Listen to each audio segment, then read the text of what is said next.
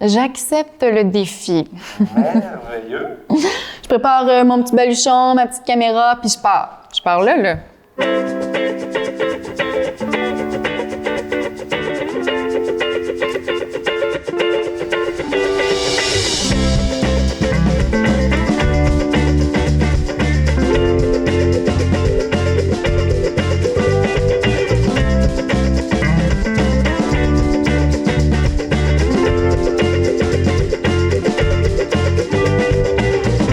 J'avais déjà entendu parler du QI, le quotient intellectuel, mais j'avais jamais entendu parler du QE.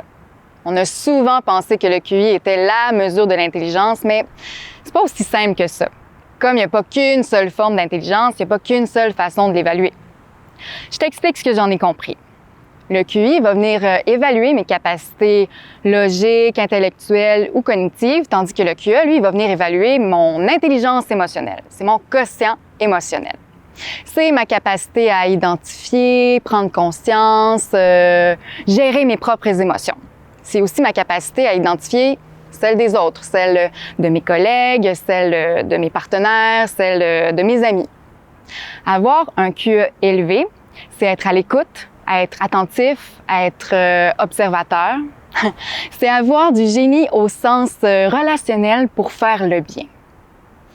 Le QE se développe avec le temps, avec la pratique, avec l'expérience, tandis que le QI, lui, se stabilise dès l'adolescence.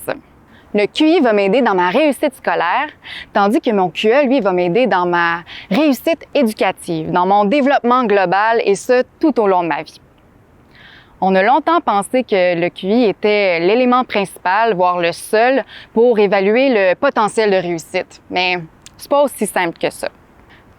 Avec le temps, on s'est rendu compte que c'était pas nécessairement les personnes les plus intelligentes du point de vue intellect qui réussissaient le mieux. J'ai lu une étude sur les facteurs de réussite en entreprise qui disait que le QI est responsable de 25% du succès, tandis que le QE, lui, est responsable de 75% du succès. C'est pas rien. Attention, là, je dis pas que les connaissances techniques sont pas importantes. Non. Je dis juste que mon QE va être déterminant dans la mise en œuvre de mon QI. Je comprends maintenant une de mes lectures qui disait que ce qu'une entreprise recherche chez quelqu'un, c'est oui, le savoir, donc les connaissances.